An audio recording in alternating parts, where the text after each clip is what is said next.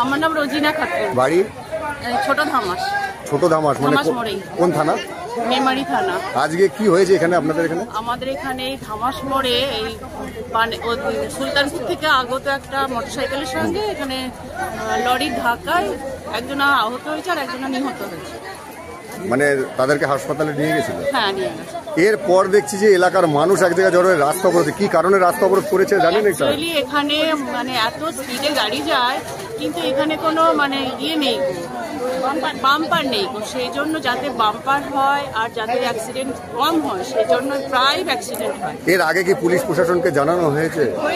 কিন্তু সেরকম কোনো ব্যবস্থা নেওয়া হয়। আজকে পুলিশ প্রশাসন এসছে এই অবরোধে?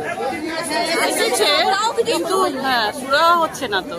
আচ্ছা, যখন ঘটনা ঘটছে সেই মুহূর্তেই হয়তো কিছু হচ্ছে, তারপরে আর কিছু এইটার দিকে আর কোনো লক্ষ্য। আপনারা কি চাইছেন এখন? আমরা চাইছি এখানে মানে বাম্পার হোক, আরো কিছু ট্রাফিক পুলিশ বসানো হোক বা কিছু, যেটা করলে মানে অ্যাক্সিডেন্ট হবে।